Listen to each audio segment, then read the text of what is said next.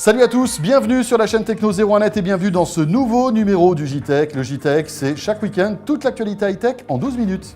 Et cette semaine, au sommaire, la sortie de l'année, le Galaxy S4 de Samsung. Il est à découvrir sur la chaîne Techno 01net.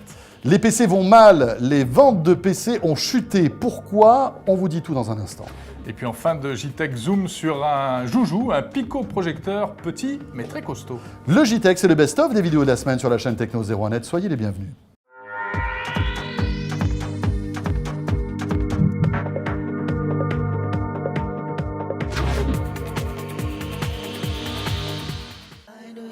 Le JTech avec OrangeInnovation.tv, la web TV qui simplifie la vie numérique. C'est le smartphone de l'année. It is the smartphone of the year.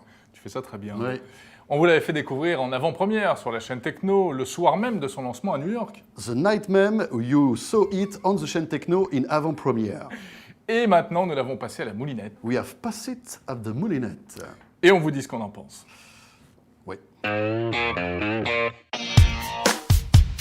Bon alors, les points forts de ce Galaxy S4, on va commencer par ce que Samsung a mis à l'intérieur, c'est le top du top en matière de technologie. Les dernières technos sont dans ce Galaxy S4. Eh oui. C'est vraiment le flagship, comme on dit. Hein, Le vaisseau amiral. Le vaisseau amiral de Samsung. C'est vrai que c'est la concentration de ce qui existe de mieux technologiquement en 2013 en matière de téléphonie mobile. Alors la conséquence, c'est que c'est un téléphone qui est hyper rapide, hyper fluide, mais alors vraiment, ça réagit à la vitesse de l'éclair. Ouais. C'est un vrai bonheur. Bon, autre point fort, on apprécie la taille de l'écran. Oui, bien sûr. Qui n'est pas aussi encombrante qu'un Galaxy Note. Et pourtant, on s'en rapproche. Hein. Ah, on s'en rapproche. On est à 5 pouces, avec un encombrement assez réduit. Le téléphone tient bien en main. D'ailleurs, cet écran est superbe, mais en fait, il est réglé de telle sorte que... vous pouvez changer les réglages, hein, bien évidemment, mais les réglages d'origine sont de telle sorte que les couleurs sont waouh, c'est-à-dire que les rouges sont très très rouges, etc. On en prend plein les mirettes, quoi. C'est fait exprès, quitte à dénaturer un petit peu les couleurs. Mais après, rien ne vous empêche de régler, évidemment, l'écran comme vous le désirez. Et enfin, dernier point fort, ce sont toutes ces fonctionnalités waouh qu'on a décrites précédemment et qui font véritablement la spécificité et l'intérêt de cet appareil par rapport aux autres. Je trouve que justement, le point faible, c'est ces spécificités waouh, c'est toutes ces nouveautés logicielles, parce que c'est bien beau, on voit que Samsung a voulu empiler les petits effets waouh, couches de techno, le podomètre, la température, etc.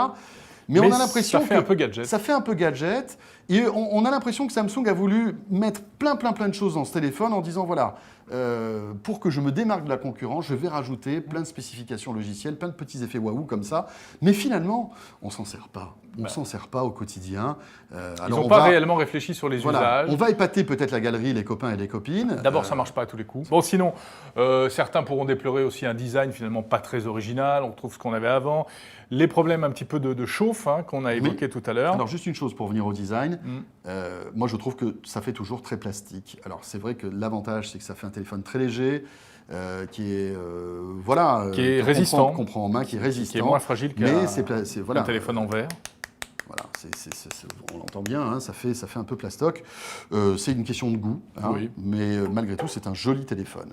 Et alors, grosse déception, il n'a pas la radio FM. Ah, ça c'est embêtant. Alors vous allez me dire, tous les smartphones n'ont pas forcément la radio FM, l'iPhone n'a pas de radio FM, Nokia en revanche a toujours eu la radio FM, et Samsung, jusqu'à présent, a toujours mis la radio FM dans son smartphone.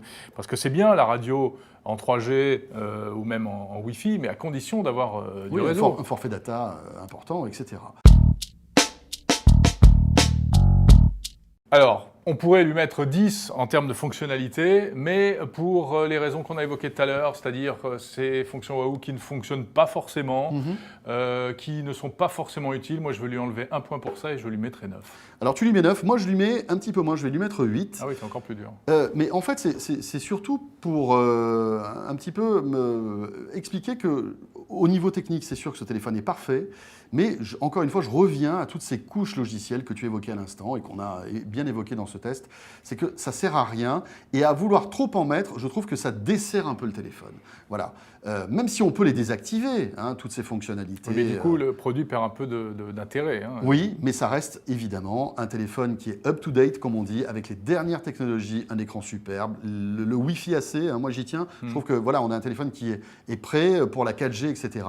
Dommage qu'il y ait toutes ces fonctionnalités logicielles qui s'empilent et qui ne servent, à mon avis, pas à grand-chose. Disons qu'on n'a pas trouvé la fonction, Ouais. la killer app qui nous fait dire « Ah bah ouais, ça vraiment, je le voulais depuis toujours et c'est super utile, je vais m'en servir tout le temps. » Et on tourne un petit peu en rond tant qu'on n'arrivera pas vraiment à faire des smartphones souples, des smartphones qui se déplient, etc.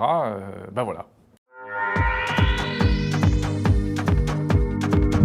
Les ventes d'ordinateurs PC depuis le début de l'année, eh bien, c'est ça. Voilà, c'est pas bon, hein. Tu fais bien la vente de PC qui chute, hein? Voilà, C'est beau. Quelques chiffres, entre 11 et 13% de baisse Quand sur même. les 3 premiers mois de l'année, selon les différents instituts de Par rapport à sondage. l'année dernière, en fait. Exactement. Ouais. En fait, on est passé sous la barre des 80 millions d'ordinateurs vendus, et c'est pas beaucoup. Oui, alors pourquoi? Eh bien tout simplement parce que le PC est concurrencé par d'autres races d'appareils high-tech qui envahissent notre quotidien. Alors, il y a la tablette, il y a aussi le smartphone, hein, Jérôme, parce qu'on se rend compte qu'aujourd'hui, avec son smartphone, on peut tout autant faire de choses qu'avec un PC. Reportage de Jean-David Duarte. Ça se passe mieux que prévu en fait, puisqu'on a eu un repli assez marqué des ventes sur le 4e trimestre l'an passé. En revanche, sur le premier trimestre cette année, on observe une baisse de 8%. Ce qui nous a frappé en revanche, c'est les variations qu'il peut y avoir d'un segment à l'autre, puisqu'on a un marché du notebook qui va progresser d'1% en volume, ce qui n'était pas tout à fait attendu. Bon, de l'autre côté, on va avoir des ventes de desktop qui vont reculer de 16% et des ventes de netbook qui reculent de 42%. Ça, c'était attendu et c'est bien entendu lié à l'avènement des tablettes qui sont tirées par des prix extrêmement agressifs. On est optimiste pour la suite quant au marché du PC, puisqu'il va un petit peu intégrer tout le meilleur des tablettes pour faire le pont avec l'expérience PC telle qu'elle est aujourd'hui et donc donner de plus en plus de choix aux consommateurs. Voilà, c'est vrai qu'elles sont mignonnes toutes ces petites tablettes, comme ça, toutes ensemble. T'as envie de toutes les acheter, hein? Toutes. Coquin, je t'ai bien reconnu là. Bon, alors cette vente de PC n'arrange pas le constructeur Intel, vous savez, le fameux constructeur de puces. Aujourd'hui, quand vous achetez un PC, vous avez de grandes chances d'avoir une puce Intel à l'intérieur. Cela dit, Intel ne baisse pas les bras et mise sur les Ultrabooks qui sont sortis il y a 2 ans, Jérôme. Et voilà, ces ordinateurs ultra portables qui sont un petit peu le renouveau du PC. Puis il y a même des tas d'autres modèles qui arrivent, des choses un peu bizarres. Nous avons rencontré le président d'Intel France. Alors déjà, ce que l'on observe, c'est que le PC traditionnel, c'est-à-dire celui qu'on a connu jusqu'à présent, est en baisse, en perte de vitesse, mais toujours dans la catégorie PC, il y a beaucoup d'innovations. Les gens demandent de plus en plus d'ultra-mobilité. D'ultra-mobilité pour les PC, d'ultra-mobilité pour d'autres types de devices, comme des tablettes ou des smartphones. Le PC évolue vers l'ultra-mobilité, donc des notebooks qui sont de plus en plus fins, qui ont une autonomie de batterie de plus en plus importante. Donc on appelle les ultrabooks chez nous. Et les ultrabooks sont vraiment le relais de croissance pour toute l'industrie du PC. Alors voilà, on mise tout sur l'Ultrabook chez Intel. Cela dit, est-ce que la tablette va tuer le PC? Sans doute pas, Jérôme, parce qu'on se rend compte que mine de rien, il y a des usages de l'informatique qu'on ne peut faire qu'avec un PC. Bah oui, c'est Travailler, vrai. par exemple. Bah oui, de nombreuses applications bureautiques pour Bien l'ergonomie, sûr. hein. Et puis pour la puissance, eh bien, si on veut faire du montage vidéo, Du jeu aussi. du jeu vidéo, il faut encore un bon gros PC. Mais c'est vrai que eh bien, le PC, c'est plus l'outil indispensable pour tout le monde. Pour aller sur Internet, à la maison, une tablette fait bien l'affaire. Voilà, et effectivement. la plupart du temps, quand on se connecte, c'est pour aller sur le web ou voilà, checker ses mails, etc. Et si on peut le faire depuis une tablette, t'as bien raison. Et c'est un peu un tournant, en fait, hein. On est quand même là, aujourd'hui, à un véritable tournant en termes d'usage de produits connectés. Aujourd'hui, nous allons parler de picoprojecteurs. Et oui, vous savez, ces tout petits projecteurs qu'on peut emporter partout avec soi. Gros plan sur un projecteur tout petit mais costaud. Alors c'est vrai qu'un picoprojecteur c'est sympa, mais aujourd'hui on commence à en avoir plusieurs sur le marché. Quelles sont les spécificités de ce modèle, Jérôme? Alors celui-là, eh bien, il multiplie les qualités. C'est un appareil sous Android. Donc, pour dire que c'est un truc déjà assez évolué avec un système d'exploitation. Il est Wi-Fi et avec ça, vous allez pouvoir envoyer un flux, par exemple, directement de votre smartphone ou votre tablette ou votre ordinateur. Ou alors, il peut également aller directement sur Internet pour regarder des vidéos sur YouTube ou Dailymotion ou encore surfer sur des sites web. On a embarqué à l'intérieur de ce produit le protocole DLNA qui permet d'aller chercher des contenus multimédia qui sont sur le réseau domestique. Donc par exemple, si vous avez un disque dur réseau, vous pouvez lire le contenu de ce disque dur réseau directement depuis le picoprojecteur. Mais vous pouvez aussi vous connecter en point à point en Wi-Fi à un disque dur Wi-Fi par exemple, ou alors à un smartphone qui est équipé d'une application DLNA. Et vous pouvez soit envoyer le contenu depuis votre smartphone sur le PicoPix, soit depuis le PicoPix aller chercher directement le contenu comme si c'était un disque dur interne au PicoPix sur le smartphone ou la tablette. On a équipé le PicoPix d'un touchpad, donc sur lequel on peut naviguer à droite, en haut, en bas, et on peut entrer du contenu avec le clavier virtuel d'Android. Le fait d'avoir intégré un Android nous offre des possibilités illimitées finalement, puisque les utilisateurs vont pouvoir charger des applications supplémentaires sur leur PicoPix, mais également d'embarquer des applis Office ou vidéo qui ne sont pas sur les autres types de produits. La résolution d'image, c'est du Wide VGA, donc 854 par 480, ce qui est la résolution des DVD. Et avec son lumen, on commence à avoir des diagonales sympathiques, même en environnement clair.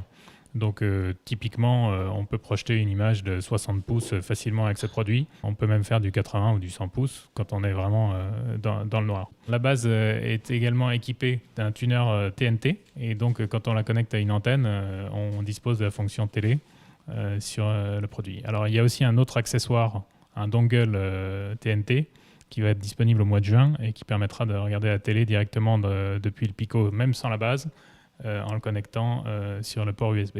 Voilà pour ce petit picoprojecteur bien sympa. Alors bien sûr, ça remplacera jamais un vrai vidéoprojecteur pour une séance de home cinéma, mais dans une chambre d'enfant, par exemple, pour regarder un film, pour faire des projections de documents. Oui, bien sûr, non, oui. ça peut être sympathique. Voilà, en tout cas, ça sert aussi bien d'ailleurs aux particuliers qu'aux professionnels pour projeter des PowerPoint pour des applications pro. Voilà, c'est la fin de ce JTech. Merci de l'avoir suivi. Retrouvez l'intégralité de ces vidéos et bien d'autres sur la chaîne techno.tv et 01net.com. Merci de nous regarder sur la TNT à Lyon et à Troyes, sur TLM et sur Canal 32, sur Orange Innovation TV, mais aussi sur les box numéricables en VOD. Et les applis mobiles. Tiens, on allait les oublier. À très vite, on se retrouve bien sûr lundi prochain sur la chaîne Techno. Salut à tous, bon week-end.